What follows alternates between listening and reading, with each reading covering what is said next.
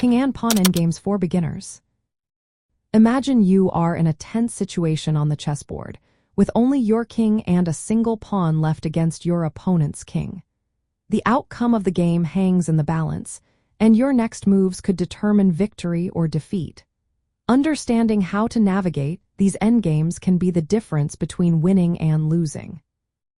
In a king and pawn endgame, the primary objective is to promote your pawn to a queen while keeping your king safe from the opponent's king.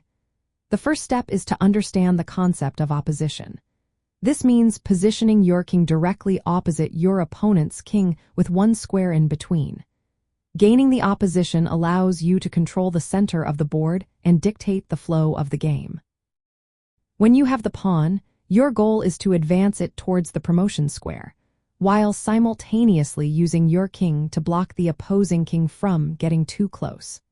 If your opponent's king is in front of your pawn, you will need to maneuver your king around to either push the opponent's king back or to create a path for your pawn to advance. Another important aspect is knowing when to push your pawn and when to move your king. If your king is far from the pawn, it may be wise to move the king closer first. Conversely, if your king is already near the pawn, you can start advancing it. In certain scenarios, if both players have pawns, it is essential to calculate whether you can promote your pawn before your opponent does. This often involves trading pawns or blocking the opponent's pawn from advancing while ensuring your own pawn has a clear path. Practicing these endgames can greatly improve your overall chess skills. By familiarizing yourself with various positions and outcomes, you will develop a better intuition for how to handle these situations in actual games.